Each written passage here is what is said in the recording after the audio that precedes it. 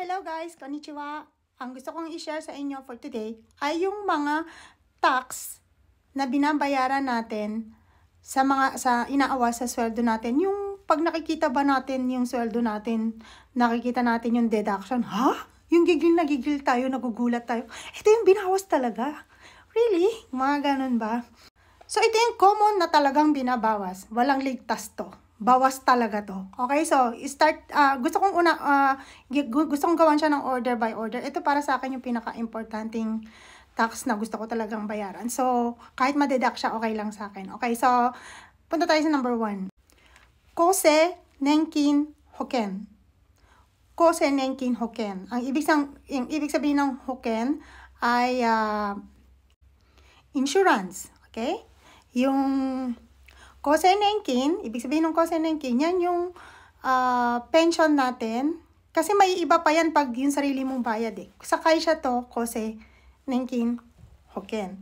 So, ito yung Hoken na medyo 50-50 kayo ng ano nyo dito eh, ng employer nyo, ikaw, at saka yung company mo, hati kayong magbabayad, dyan pack, and then isang bayaran. So, mas may benefit kayo dito kasi tinutulungan kayo ng kumpanya para mabayaran yung Hoken na to, na which is pag na-fulfill nyo yung talagang goal, pag nag-reach kayo ng 65, may pension kayo. Depende yan sa percentage na kung ilan yung nabayaran nyo. So, huwag kayong dyan kasi mababawi nyo yan. Okay, yun yung number 1 natin. Next, number 2.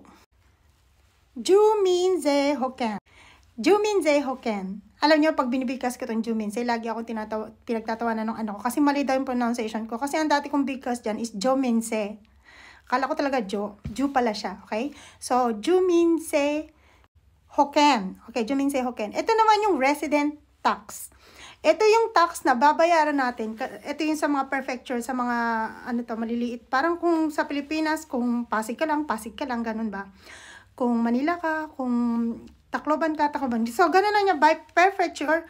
Depende yan sa city sa city ata kung magkano yung babayaran mo diyan. But syempre, depende pa rin sa sweldo mo. Doon nila tinitingnan yan. Okay? So yan number 2 natin.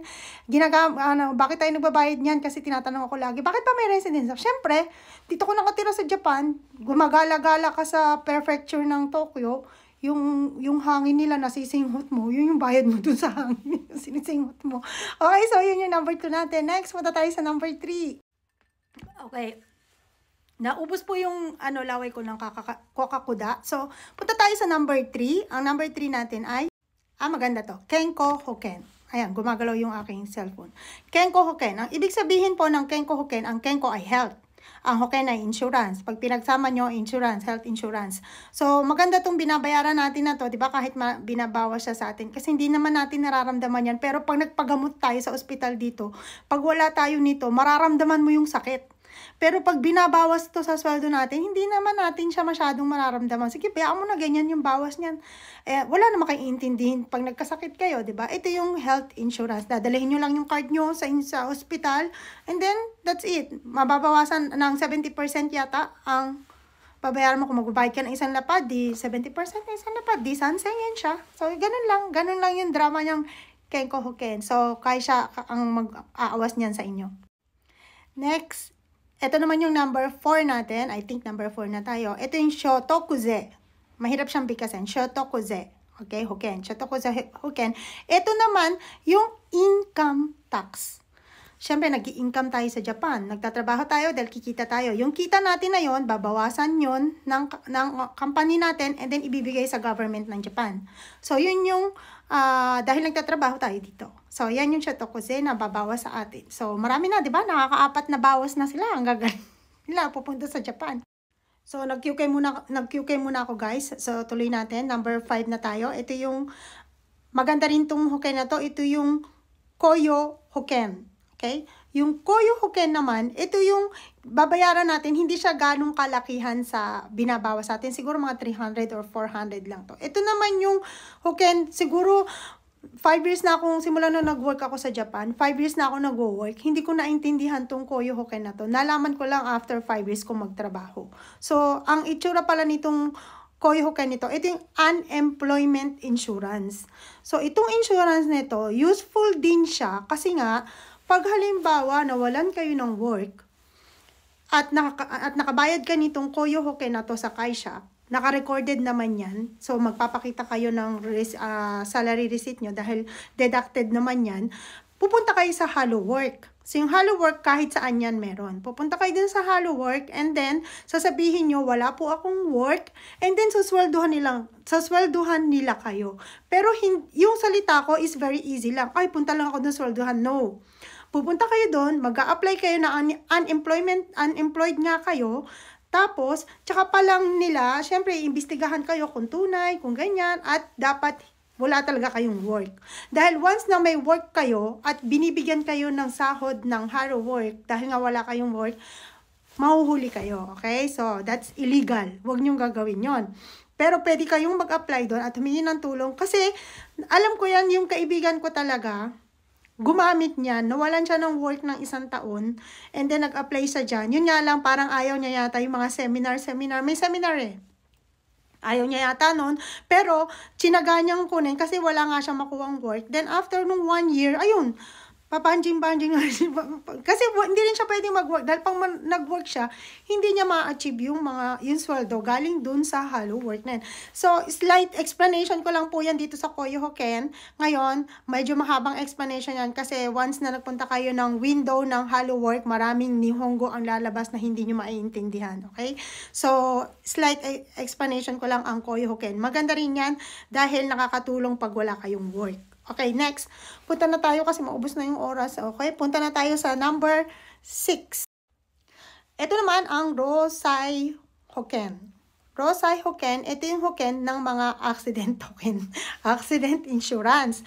Okay, sa case ko, kasi office work naman ako, hindi naman ako babagsak sa building, 'di ba? Hindi naman ako, Diyos ko katangahan ko na lang kung bumagsak pa ako ng hagdanan, 'di ba? So, accident, hindi nga natin talaga alam ang accident. Kaya, mas maganda tong i-avail o kunin ng mga nag-work sa medyo accidental na trabaho, parang ganun. Para sa akin lang, opinion ko lang. Pero kung ayaw nyo, di wag din naman. Kasi ang magandang benefit ng tax na to, pag binayaran nyo to, pag na-aksidente ko, wow. Kahit yung bang may pilay na nga kayo, hindi pa kayo makabili ng gamot, di ba? Hindi maganda, di ba? So maganda yung pilay-pilay kayo pero sitting pretty dahil may natatanggap nga kayong benefit mula dito sa binayaran yung Rosai Hoken. So, Kaisha rin na binabawas din yan sa Kaisha. So, ayan lang. Kasi yung iba kasi, kaya ko to kinontent. Yung iba kasi, lagi sila nagre-reklamo sa akin, ate, ganun ba talaga? Laki-laki naman, biro naman, 5 lapad ang binabawas mo. Ate, ba't ganito? Alam niyo, sinasagot ko sa kanila, okay lang yan. Tingnan nyo, pagdating ng panahon, makikita nyo kung bakit nyo binabayaran yan. Ganun lang lagi kong sagot sa kanila. Kasi, na-experience ko na. Although, hindi naman ako nawawalan pa ng work, pero yung mga Hoken na, syempre, magpapagamot tayo sa Japan, di ba? Natin, safe yung sarili natin dito sa Japan. Kahit nagbabayad tayo ng tax, bumabalik sa atin yung tax na binabayad natin. Unlike magbayad tayo sa Pilipinas, nai-scam tayo. Mag-a-apply na nga lang tayo ng trabaho, nai-scam pa eh. Dito, walang corrupt sa Japan. Walang corrupt. Walang illegal na gumagawa, lahat transparent, lahat documentary, lahat yan. Kahit ano yan, hindi yan masakit sa inyo kasi ibabalik nila sa inyo yan eh. Nagkakaayuda pa nga yung iba. Ako, may ayuda ako actually. Okay, kakukuha ko lang ng, actually, ang dumadating sa aking ayuda, hindi na yung mag-a-apply pa ako. Basta, postcard na lang siya, papasok na lang siya sa bangko ko. Ibig sabihin, compute na nila, kung kailangan ko ng pera o hindi, 'di ba? So, maganda 'yon. Wag na kayo magreklamo kung mabawas man 'yan sa inyo. Yun na nga lang sa mga 3 years lang dito sa Japan, baka hindi nyo ma-avail din kasi maganda 'yan, magtagal kayo dito para maramdaman nyo na yung tax na binayaran nyo ibabalik sa inyo. So, magta 10 minutes na tayo, guys. Thank you very much at comment below kung meron kayong mga tanong. So, doon na lang tayo mag-usap. Thank you very much, guys, and babu!